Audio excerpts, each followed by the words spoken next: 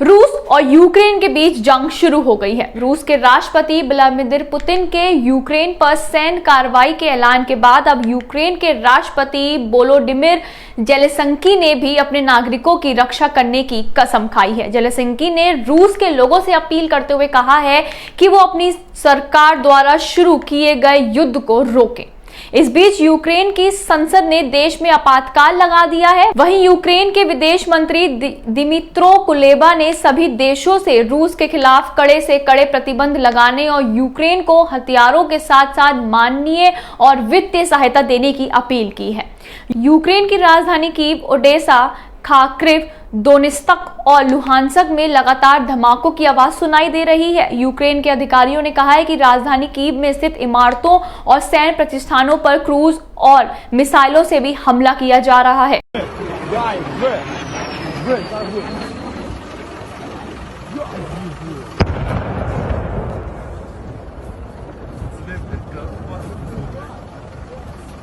आपको बता दें, यूक्रेन ने रूस के 5 फाइटर प्लेन गिराने का दावा भी किया है। इस पूरे घटनाक्रम पर कई देशों की प्रतिक्रियाएं भी अब सामने आने लगी हैं। आइए आपको बताते हैं कि इस मामले पर भारत, पाकिस्तान और चीन का क्या रुख है।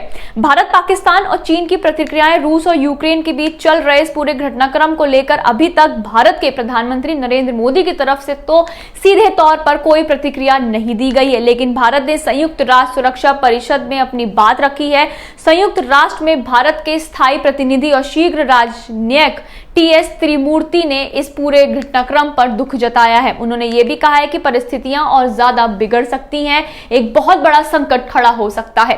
भारत की तरफ से कहा गया है कि अगर इस पूरे मामले में बहुत सी सावधानियों से हस्तक्षेप नहीं किया गया तो क्षेत्र की सुरक्षा और शांति गंभीर खतरे में पड़ जाएगी। तो वहीं अगर पाकिस्तान की बात करें तो इस पूरे घटनाक्रम पर पाकिस्तान की मिलीजुली प्रतिक्रियाएं सामने आई हैं। दरअसल पाकिस्तान के प्रधानमंत्री इमरान खान इस समय रूस के दौरे पर ही हैं। इस बीच उन्होंने रूस के सरकारी मीडिया संस्थान से बातचीत करते हुए अपनी बात रखी। हमें इससे यानी कि यूक्रेन संकट से मतलब नहीं है। रूस के साथ हमारे द्विपक्षीय संबंध हैं और हम सच में इनको मजबूत बनाना चाहते हैं।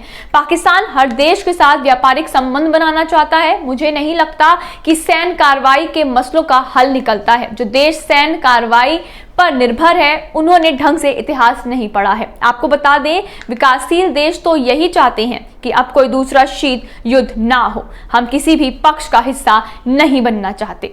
रूस की तरफ से पूर्वी यूक्रेन के दोनेत्स्क और लुहानस्क को स्वतंत्र देशों के तौर पर मान्यता दिए जाने के बाद इमरान खान ऐसे पहले नेता हैं जो रूस के दौरे पर गए हैं। इस बीच अमेरिका ने पाकिस्तान से साफ तौर पर कहा है कि हर जिम्मेदार देश को अपनी जिम्मेदारी को समझते हुए यूक्रेन में रूस की कार्रवाई पर आपत्ति दर्ज करानी चाहिए। आखिर में बात करते हैं चीन की कि आखिर चीन की इस पर क्या प्रतिक्रिया है। इस पूरे घटनाक्रम पर चीन की भी प्रतिक्रिया सामने आई है। संयुक्त राष्ट्र सुरक्षा परिषद में चीन की तरफ से कहा गया है कि उसे लगता है कि यूक्रेन मुद्दे के शांतिपूर्ण हल के सभी दरवाजे अभी बंद नहीं हुए हैं और ना ही बंद किए जाने चाहिए। संयुक्त राष्ट्र में चीन की स्थायी प्रतिनिधि झांगा झुंग ने आगे कहा कि चीन यूक्रेन संकट का हल निकालने के लिए किए जा रहे सभी राजनीतिक प्रयासों का स्वागत करता है। अब आगे देखने वाली बात यह होगी कि सच में यूक्रेन और रूस की ये जंग तीसरी जंग में तब्दील होगी या नहीं। यूक्रेन और रूस की तमाम खबरें और जानकारियों के लिए आप रुके रहें हमारे साथ और बने रहिए सनराइज न्यूज के साथ। साथ ही साथ इस वीडियो को लाइक करें, शेयर करें और हमारे चैनल को सब्सक्राइब कर बेल आइकन दबाना ना भूलें। Thank you.